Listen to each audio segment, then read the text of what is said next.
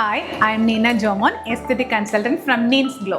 നമ്മുടെ ബോഡിയിലുള്ള ഒരു ആൻറ്റി ഓക്സിഡൻ്റ് ആണ് ഗ്ലൂട്ടാത്തിയോൺ എന്ന് പറയുന്നത്.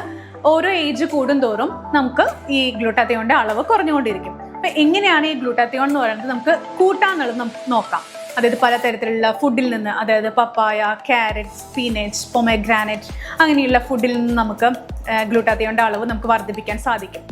അതുപോലെ തന്നെ ഈ ഗ്ലൂട്ടാത്തിയോൺ ടാബ്ലറ്റ് രൂപത്തിലും വരുന്നുണ്ട്. പക്ഷെ ഏറ്റവും എഫക്റ്റീവ് ആയിട്ടുള്ള ഒരു റിസൾട്ട് കിട്ടണമെന്നുണ്ടെങ്കിൽ IV രൂപത്തിൽ ചെയ്യുമ്പോഴാണ് നമുക്ക് കിട്ടാറുള്ളത്.